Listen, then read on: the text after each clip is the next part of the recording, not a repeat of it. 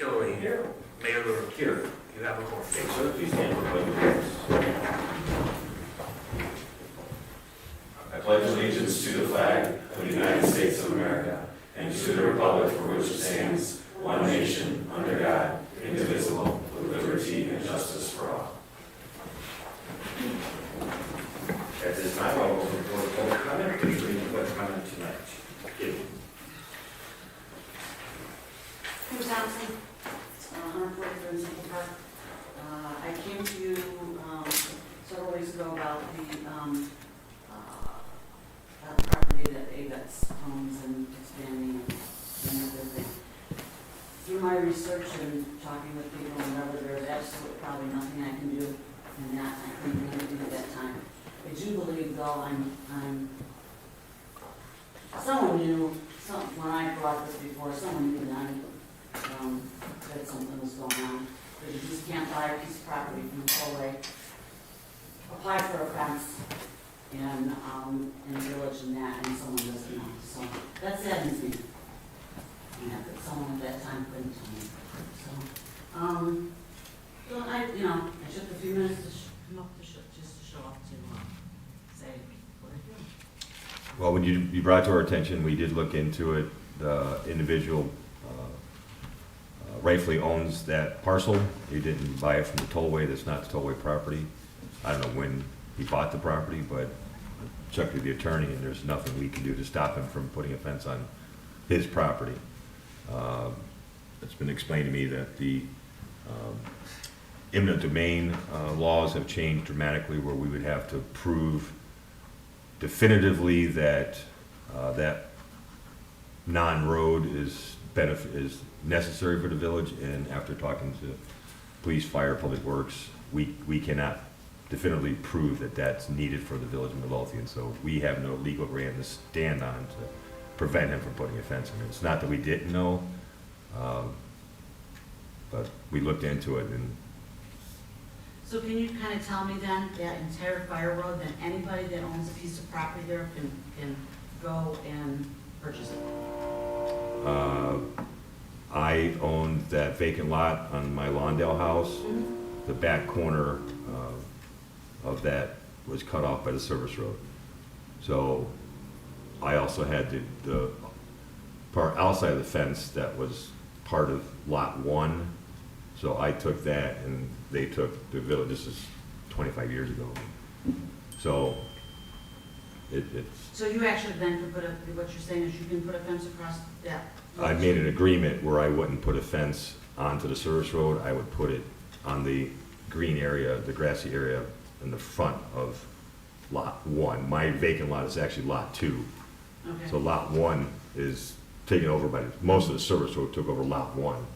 So that it was basically abandoned or something. I don't know how that worked out. Again, it's 25 years ago, but so worked out an agreement where I would take over the grassy area up front, and the village would take that back over. So, yeah. Am I missing anything legally? No. And Kim, I do apologize. When you came to the village, to that meeting that night and brought it to our attention, we did inquire the next day with Joe Sperry, and Joe Sperry, the former superintendent of public works, he looked into it, and he did get back to us to confirm that it was the service road that this gentleman bought. And I don't think it was from the toll road. Did the county own it? I'm not sure who owned it actually. I mean, and I can look up the transfer stamp for it. So none of us had any knowledge that this sale transaction was going on until you brought it up to us. But by that time, I think the transfer stamp was already, the sale was already proceeding. You know what I mean? And the transfer stamp was applied for and being issued. And then he came to the village and did apply for a permit to put up the fence. So I believe that a portion of that property that's being enclosed in the fence are still, some of his property there is zoned office industrial, and I think that, and I'm gonna double check this tomorrow, a couple of the lots are zoned residential. So even though he's enclosing them within his fence, he still has to treat those residential lots as residential lots. He can't treat them as office industrial lots and start using it for office industrial storage. He would have to come to the village and apply for a variance. to the zoning board of appeals and asked the zoning board of appeals if he could use those residential lots as storage similar to the office industrial lots that are next to it. So, and at that time, you know, if the zoning board was in agreement, the zoning board could require that he put up proper screening, just not an ugly metal fence, but put up nice landscape screening in front of it so that you guys aren't looking at, you know, a bunch of I'm still gonna- industrial. Yeah, I'm still Storage. gonna look at it if he's allowed to park, huge trucks and that, and the containers, you know. Right, but they have to be within the brings in that. fence, they have to be within the fence, and the village would require him, he cannot use those residential lots as office industrial lots. So he would be prohibited from doing that. So that's a conversation that the building department has already reached out to him to have. And so they're in the process of having that conversation. But if he came to the village and asked for a variance, if the zoning board was in agreement to it and recommended it to the village board, and if the village board agreed that we would grant him that variance, there would be a requirement that he would have to put some type of landscape screening in front of it so that the residents on that street aren't looking at a big industrial storage area. So. Do we have, and I'm not somewhat familiar, but I can still, I'm looking at my front door. We have village has a couple poles there that they have lights on the streets and that. Are we solar, or they're gonna be enclosed in his property? I guess me as a taxpayer, I'm going, okay, I'm not paying for his lights. Yeah, I don't know whose lights there are over there. Almost positive they're wooden lights, so that would be a comment. Ours are only on metal poles. Okay, yes, this is wood. Okay, so That'd be a not that. comment light. They're ComEd lights. Okay. Maybe that answers it, because they're wood and that. But, I looked and there's like two of them that are within there, and it's like, well, as a, you know, a taxpayer. and If they're ComEd lights, then they would be on some sort of easement or something, right? Like a parkway or something? Yeah, so he would have to give ComEd access to those for repairs and replacements and whatever, so. All right, it's in front of my house, Right, I know it is. I looked on the map yesterday. He got title from So- the tax deed. so, and that's why. Scavenger sale. I'm having a conversation with somebody else that owns property in front of the house. Okay. All right, I'll be in touch with So you. the county supports one. Okay. And that, so, all right, well, thank you. Thanks. Ed, do you have something? You're just here to visit? All right. All right, then I will close for public comment, move on to trustee business. Trustee Johnson. Thank you, Mayor. I have a couple of things. I'd like to, first of all, thank the events committee, the vendors, the park district, the library, Public Works, the fire department, and the police department for helping out with the Scarecrow Fest. I know that trustee Caveney will talk a little bit more in detail about it, but it was a great event on the 28th. It was a huge success. We had hundreds of people that came out and participated, so I was really happy that the events committee could help trustee Caveney with her event. And even though trustee Caveney will no longer be a trustee, she promised me she will run Scarecrow Fest. Yes, I will. In the years to come. Also, we'd like to thank all the residents that participated in the Halloween decorating contest. We had 19 residents, excuse me, and 5 homes were selected. We plan on inviting the winners to pick up their gift cards here at the board meeting so that we can publicly acknowledge them for their efforts to make Midlothian look beautiful and to have the Halloween spirit. We'll be doing something very similar with the holiday lights, so if you have some ideas, get ready. More information will be coming out. And then I just want to make the board aware that a couple weeks ago I mentioned that the front office, Public Works, and Finance Committee work together to review the resident fees that are paid to use village resources. I'd like to move forward with their recommendations after we had talked about it at the Finance Committee. I've been told that the village attorney needs to create a resolution. So, Nick, if you can create a resolution, I'll provide you with all the information, and if we can take care of this before the end of the year, that would be ideal. And that's all I have. One more? Oh, yeah, sorry. I knew that was one more thing. And on my business, I'd like to recommend to the board to approve Jackie Harris's carrying over 5 vacation days till November of 2025. I'll second. Any discussion? Roll call, please, Clerk Mosco. Trustee Johnson? Here, all right. Trustee, No, sorry. Trustee Crowley? Aye. Trustee Burbett? Aye. See, Trustee Caveney? see. Aye.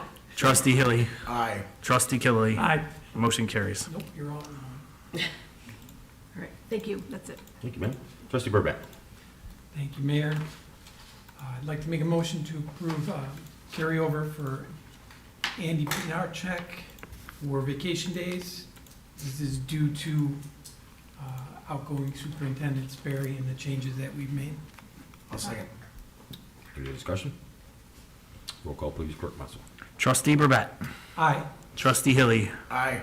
Trustee Caveney? Aye. Trustee Crowley? Aye. Trustee Johnson? Aye. Trustee Killily? Aye. Motion carries. Thank you. That concludes my business for this. Thank you, sir. Trustee Hilly. I have nothing tonight, sir. Thank you, sir. Trustee Caveney. Thank you, Mayor. I would like to echo Trustee Johnson's sentiments, and I want to thank Trustee Johnson and her events committee for assisting with planning and executing the Scarecrow Fest. It was wonderful. We had 15 scarecrows. A 16th scarecrow got added on Monday, the day after. But all the scarecrows were fabulous. It was a great event. We had well over 100 kids, I would say, there, and parents and neighbors and all kinds of residents that came through. And again, want to thank the businesses and the Park District and the library for coming.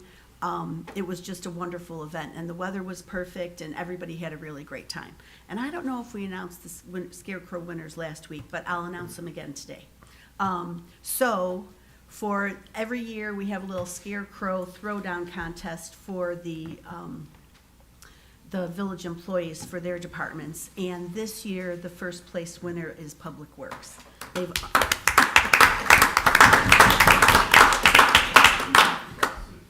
Good showing, Superintendent Swanson, for your first minute as superintendent.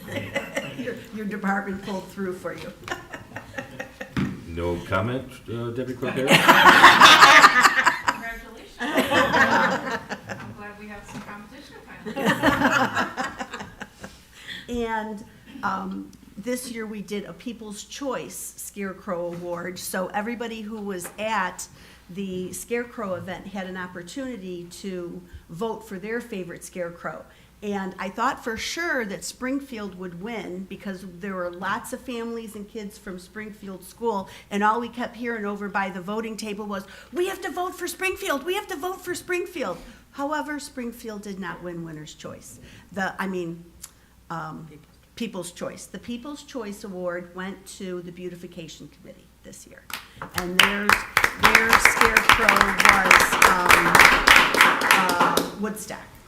It was Woodstock. It was very cute. So everybody's gathering all of our photos. We'll get them over to Deputy Clerk Harris, and she'll get them on the village website in the photo album under the community tab on our village website. So in the next week or so, you'll be able to go there and you'll be able to look at the photos. Next item, this afternoon, I sent you all a copy of the renewal contract for our economic development consultant.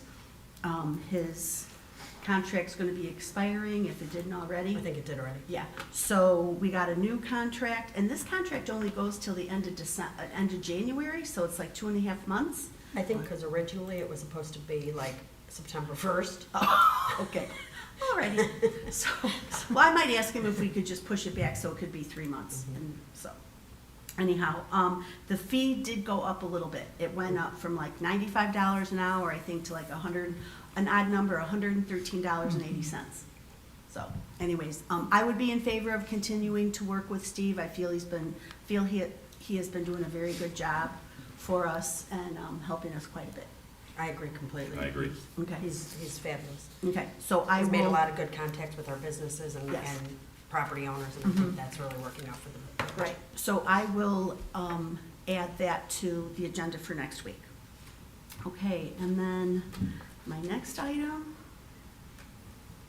is the special use application for a group home small which is a Scylla residence to be located at 14344 Cullen. So the Zoning Board of Appeals had a hearing on October 15th, which was a Tuesday, and the next day at our board meeting, I let everybody know that, the zoning board had the meeting, and so today I'm officially presenting to you the zoning board minutes and the zoning board findings and recommendations. The name of the organization is Shalom Manor Care, Inc., and it's owned by a husband and wife team.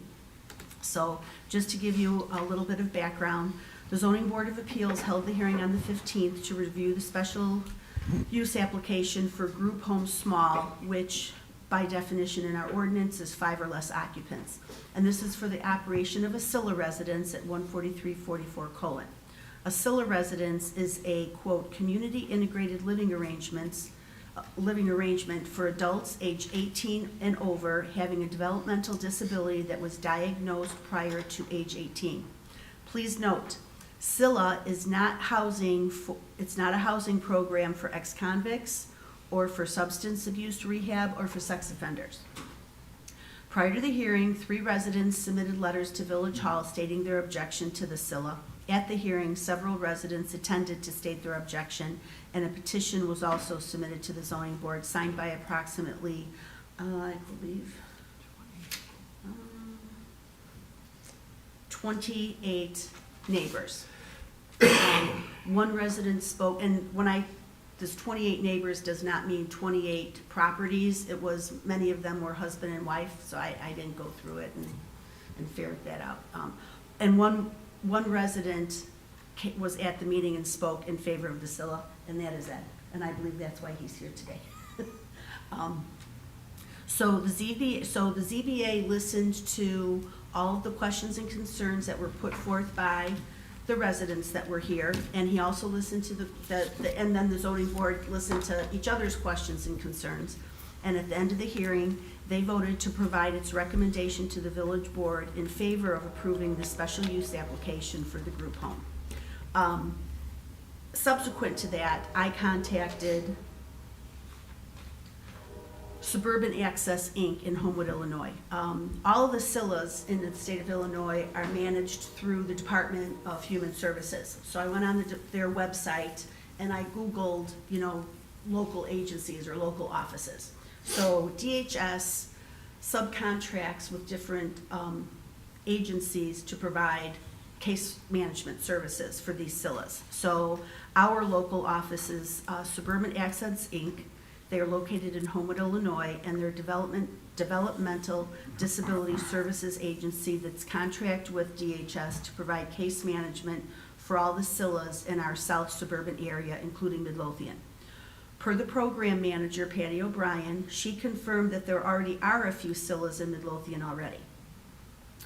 Now, I want everyone to realize that the Scyllas that are already existing do not have a special use and do not require a special use at this time because they were existing prior to our zoning ordinance revision. What else? Okay, with regards to the petition, just so everybody is aware, when an applicant applies for a special use, there's an official written notice that is required to be sent out to all of the neighboring properties within 250 feet of the subject property. So on that mailing list, it included 62 residences, all right? So of those 62 residences, 3 of those are the individuals that came to the Village Hall and submitted their own handwritten letters in opposition of this. And then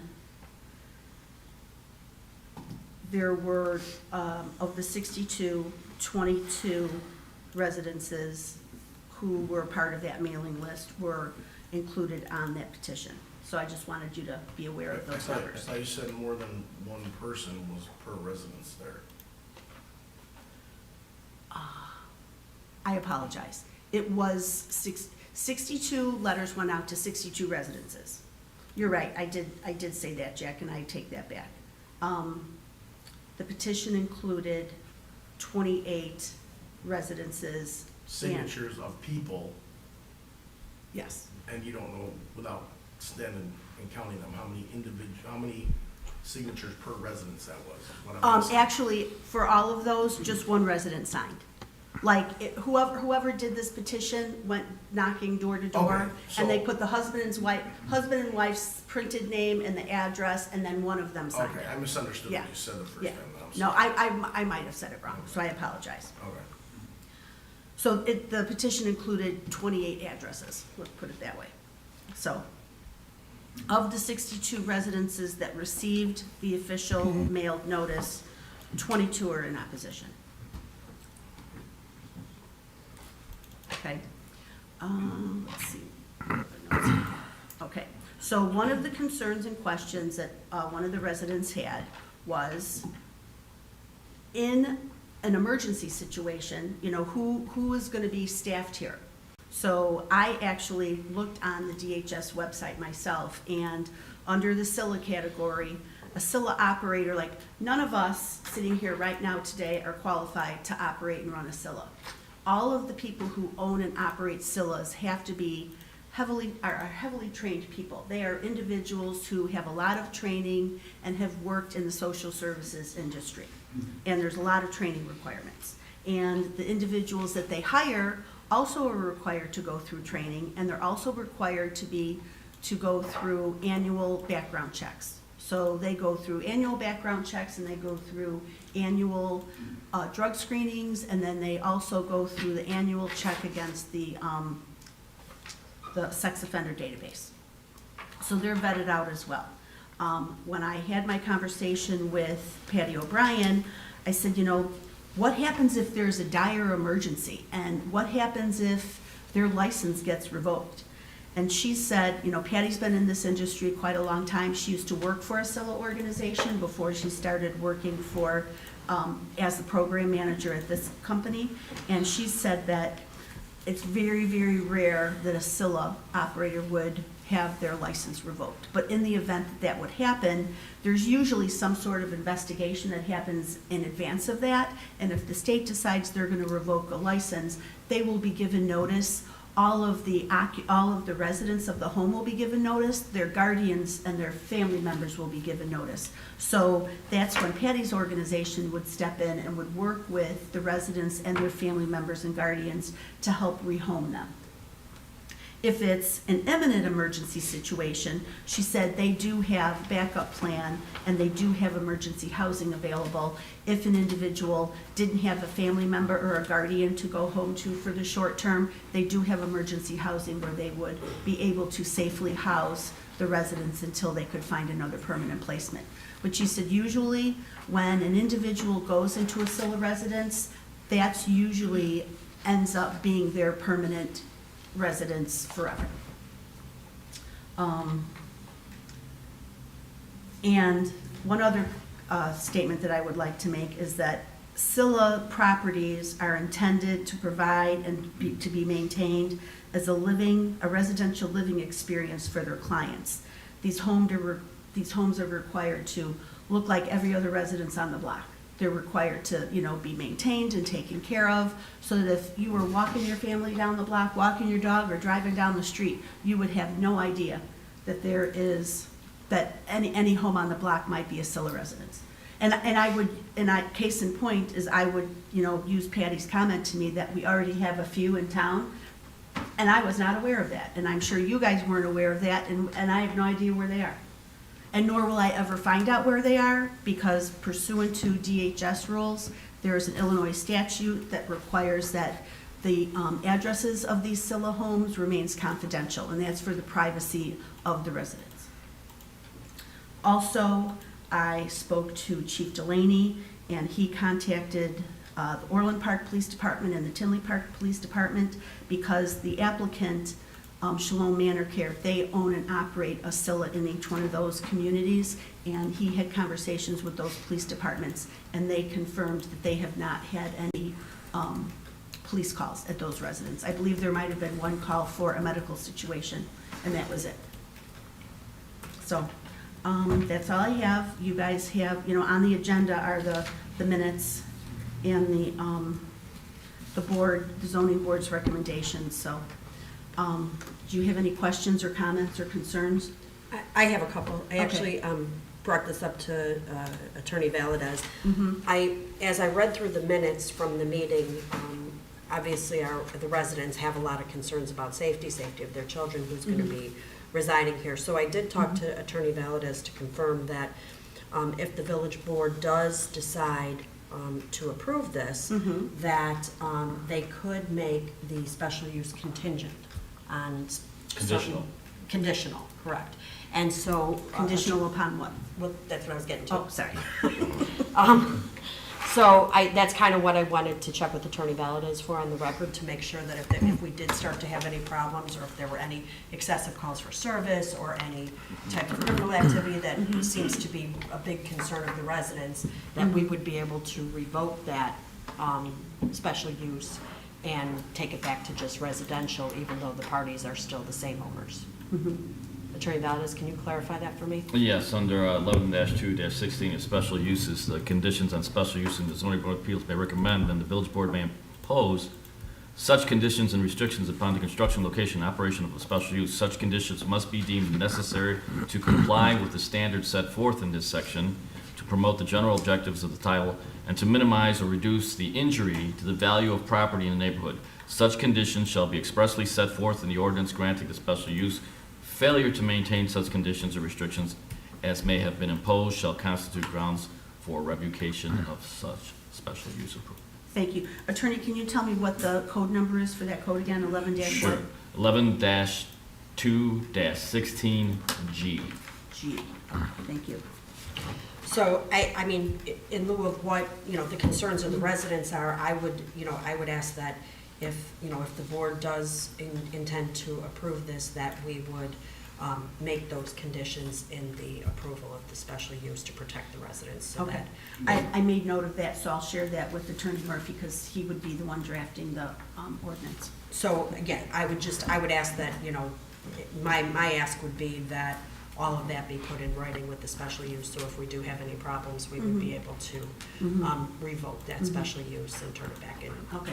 to the. I will tell you that when the residents, a few of the residents did bring up the safety concern and blah, blah, blah, and the children's access to these individuals with disabilities, one of the zoning board members who happens to work in our school district here, Lisa Olson, she made sure to point out to everybody at the hearing that on a daily basis, she said, if any of your children who live in your community within these, 62 or however, 62 residences, go to Midlothian schools, those children are coming in contact on a daily basis with other children their age and older or younger that also have developmental disabilities. And they're also coming in contact with adults who work at the school, usually in the janitorial staff, that have developmental disabilities. So children are very resilient, and they're curious, and they're not I don't think that's what I jaded was like saying. adults though. are. I wasn't saying that. No, I know you weren't, but I just want to bring that to everybody's attention, that, we have human beings with developmental disabilities already here in our community. So, this is a situation where we have a service organization who wants to provide a SILA residence for adults with developmental disabilities who are in a situation where maybe they don't have family members that can take care of them. And we certainly need, Yeah. that type of assistance Yes. in communities. What I gathered, and I was not at the zoning meeting, but what I gathered from the minutes were that people were concerned because, I'm sure you'll find it difficult to believe, but sometimes people say they're gonna do one thing and it winds up being something else. So I think in an effort to protect everybody, the more we have everything in writing that's expected, and the more that we can communicate that effectively, Right. I think it protects our residents and it protects the people who need these type of residents. Agreed. Anybody else have any other questions or concerns or comments they'd like to share? I guess more on a personal note, everyone on this board is good friends with an adult special needs individual named Michael. He currently lives with his mother, who's elderly mother, so it's my take that this is needed. If his mother was to pass away, he has no other caregivers. So I'm strongly in favor of allowing this since we've already have several in town and there's not one issue with them, so. Mhm. Very good. I had conversation with Attorney Murphy yesterday with regards to procedure and how to handle this going forward, and he recommended that I move this issue forward to the board meeting next week under my agenda business, not under consent Consent, agenda, and that we vote, the board take a vote to approve or not approve the special use application, and then upon the board's approval, if the board approves it next week, then Attorney Murphy will move forward and draft the ordinance then. And I would just say that upon presentation of the motion to approve, the village board may take action in the form of approval with conditions, or denial of applications for special uses. Mhm. The village board may also refer the matter back to the zoning board of appeals for further consideration. So those are the options available to the board with them. So I can certainly put it on the board agenda for approval with conditions and include that 11-2-16G. Perfect. All right, so no other questions or concerns or comments? Okay, thank you. I will move that forward to next week's agenda, and that's all I have. Thank you, And ma'am. thank you very much, Ed, for coming today. Thank you, ma'am. Trustee Kilby. Thank you, Mayor. The village wants to change the credit card and online payment platform to ePay. ePay, if you've ever renewed your driver's license or got a license sticker or license plates, ordered license plates online from the Secretary of State, that's the payment platform that we're going to go to. It's very simple, very easy. Even I can figure it out. And it also has operational efficiencies for the village too. It also will decrease the transaction fee for credit cards now from 2.75, which we're charging now, to 2.25%. You'll get notice, there's a notice in each one of your water bills, and explains what the fees are, and also this will start on February 1st, so you'll have the opportunity to sign up online for this process, just like so many of our residents are using PSN online. It has a lot of conveniences. We can also facilitate payments of other bills online, not just water bills. So we think this has a lot of good things, and we'll explain more about this. There's the insert in the water bill explains an awful lot. ePay has a very good help desk if you want to register online and pay online. It's the most cost-effective way to do it. If you use an e-check or ACH. And also you can pay monthly, and we want you to pay monthly actually. We would prefer that you pay your water bill monthly. So I want to put this on for approval for next week, but again, it won't start till February 1st. So there'll be some more communication, and you'll have an opportunity to try it out. And if you have any questions, ePay will be glad to help you with the process of registering online and paying online. If you want to pay at the office like you've done, you can certainly do that also. And they'll update this ordinance? 2.25. Yeah, they'll correct Yes, it before. yes. Can I just add something to what you said, Don? Go on. I just want to let everybody out there know that I've been paying my water bill monthly for, for 7 or 8 years. And it's been awesome. I don't ever have to worry about being late with my water bill, because I took a water bill, divided it by 3, and every month I would just make a payment, and I would have it automatically come out of my checking account.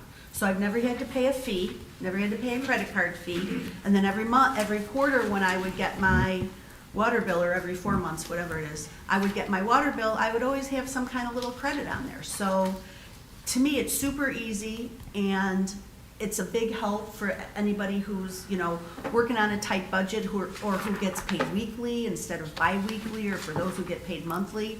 You can set up your payment however you want, and You know, and it's also great for the village because it's very expensive to process these water bills and get them mailed out to everybody. If we billed monthly, it would triple the village's expense because we have to pay for postage and paper and envelopes, and that adds up over time, so I'm in total favor of this. I think it's a great idea. I've been paying mine bi-weekly for years. Mm-hmm, yeah. So, Thank you, trustee Katie. you're welcome. Just, Any other questions about that? Be more like trustee Katie. well, no, not always. Okay. Next is our risk insurance and workers' comp insurance renewal. We have an executive summary. We're waiting for the entire document to double check that all the Ts are crossed and the Is are dotted, and we have all the right information on there. Hopefully we'll have that very soon. If we do have that information, we'll put it on the agenda for approval. At the latest, we'd like to have it approved by the meeting of the 20th. I believe there's, the 20th is the meeting for, next meeting, the last meeting we could approve it because I don't know what's going to happen around Thanksgiving. I don't think I want to discuss this around Thanksgiving. So what happened is that in total insurance cost with everything went up from $806,157 last year to $868,299. Most of that, about $50,000 of that is risk insurance. About 60,000, let's see, let's try this again. Workman's comp package, yes, it went up about $60,000. Workman's comp did not go up that much, only about 4%. So, and the payroll actually, our payroll actually is projected to go up 16%. So I think we're doing better on our workman's comp rates. We still have a little bit more to learn about how this works, how long we're going to have to take deductible, pay the deductible of $100,000 for each occurrence. We'd like to get out from under that if we could, but for right now we can't. And if we didn't do that, the word is that we would have trouble getting a quote from any insurance company because we're still, for the past few years, not these last 2 years, but from 22 on back, 21, we had some substantial claims. So I think we're doing better, but we still want to investigate a little bit more and make sure that we're on the right path. We also asked if we could get a higher liability umbrella than our 9 million, and the answer was no, because we're in Cook County. They won't go. Also, we want to add on a policy for incidental medical coverage for volunteers, so that if they, for some reason, do have a little accident or something when they're working, volunteering for the village, that we can have it taken care of and not put on any other insurance. That cost for the whole year is $350, so it's a good shot at that. Do we have any questions about anything there? Okay. All right. So when we get the full document, we can double check it a little bit, then we'll put it on the agenda for approval. The interest rates are pretty high in the money market and funds and so on and so forth. We had our funds at CNB Bank in Oak Forest, People's Bank in Midlothian, and Illinois Funds, which is from the treasurer of the state. Illinois Funds has the highest interest rate.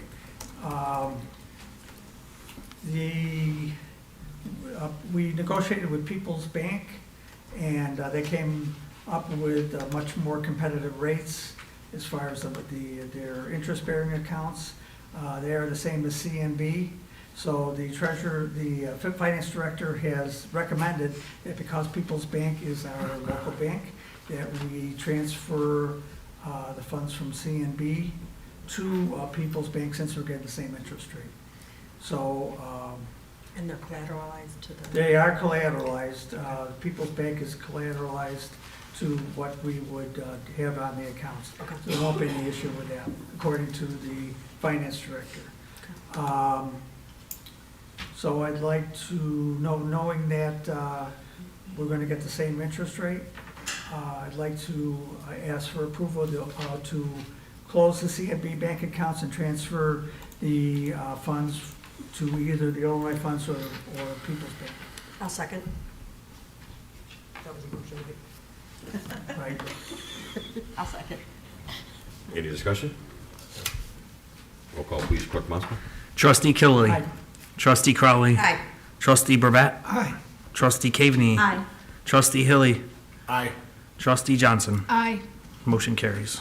And lastly, we had a invoice, if you saw the buntings on the flower boxes that were really well-made and very colorful, that's from Advertising Flag, and also our banners for the village green, that's from Advertising Flag, and fortunately, the invoices that they sent into the village got lost, so this is from June, the invoice, so that's why we're doing this separately.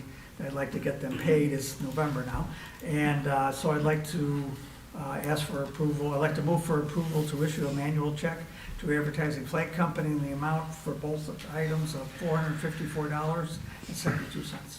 I'll second. Any discussion? Roll call, please, Clerk Muska. Trustee Killily. Aye. Trustee Crowley. Aye. Trustee Brabett. Aye. Trustee Caveney. Aye. Trustee Hilly. Aye. Trustee Johnson. Aye. Motion carries. That's all I have, Mayor. Thank you, sir. Trustee Crowley. Thank you, sir. Just a couple things tonight. First, I just want to remind everybody that we will be moving into full swing for our toy drive and Secret Santa on November 9th. We have reached out to the businesses in Midlothian, and we've had an overwhelming response. As of right now, I think we have 24 businesses that have offered to have a box at their location. So that list will be coming out in the next week, and the boxes will be going out, I believe, on the 8th. So if everybody could keep an eye on that. On all the boxes, we will have flyers with the QR code. So if you don't happen to bring a toy with you, you could scan it. It'll go right to our Amazon account, and you can have it delivered right to the police station. There's also a Secret Santa component with our toy drive. Midlothian Police reaches out and works with the local schools, and the schools identify 2 or 3 families that are in need, and we get a wish list, and we will accept donations for that wish list, and either the police department will shop off of their lists, or residents can get a list and shop on their own. So all of these the flyers are already on the village website. They will start, you probably saw them on Facebook, but we will start publicizing that. It's a great cause and a great way to support local families. Last, I just wanted to make the board aware, the vehicles that the police department that were budgeted for and were ordered last fiscal year, I believe, are finally in. So we finally got the bill. Total I'll be signing off on is $97,422 for both vehicles. I just wanted to make everybody aware, since it's been a long time since we've discussed it. These cars take a long time to come in. So I just didn't want anybody to see it on the list of bills and say, what is this? So these are our 2025 cars that we ordered last fiscal year. And that is all I have this evening, sir. Thank you, ma'am. Attorney Valdez. Nothing except for the collective bargaining issues for closed session. Thank you. Just an FYI, I spoke with Mr. Zale prior to the meeting. The economic development video is coming along nicely. He has a few more things that he'd like to get from the school to add into it, and then he'll be working his magic to put it all together. So we're almost there. So Great. Very excited. How did your taping go? Did it go good? Oh, nailed it, right? Just nailed it. One take. One take. Yeah, sure. Mr. DeMille, he's ready for his close-up. He says, stop blinking. I'm like, the sun's in my eyes. Yeah, that was good, though. Good time. That's all I have. Clerk Moskowitz. I just have one item. I sent the board a reminder yesterday that due to the Veterans Day holiday, we will need to finalize the agendas for next week's meeting by Friday at 5. So please make sure you have everything in board docs. That is all I have. Thank you. And as a early reminder, the Wednesday before Thanksgiving will be an abbreviated meeting, so plan accordingly. All right, then at this time, I'm looking for a motion to adjourn to closed session to discuss collective negotiating matters between a public body and its employees or their representatives. I'll make the motion. I'll second. All in favor? Aye. All opposed? We are in closed session. There's no further action following closed session.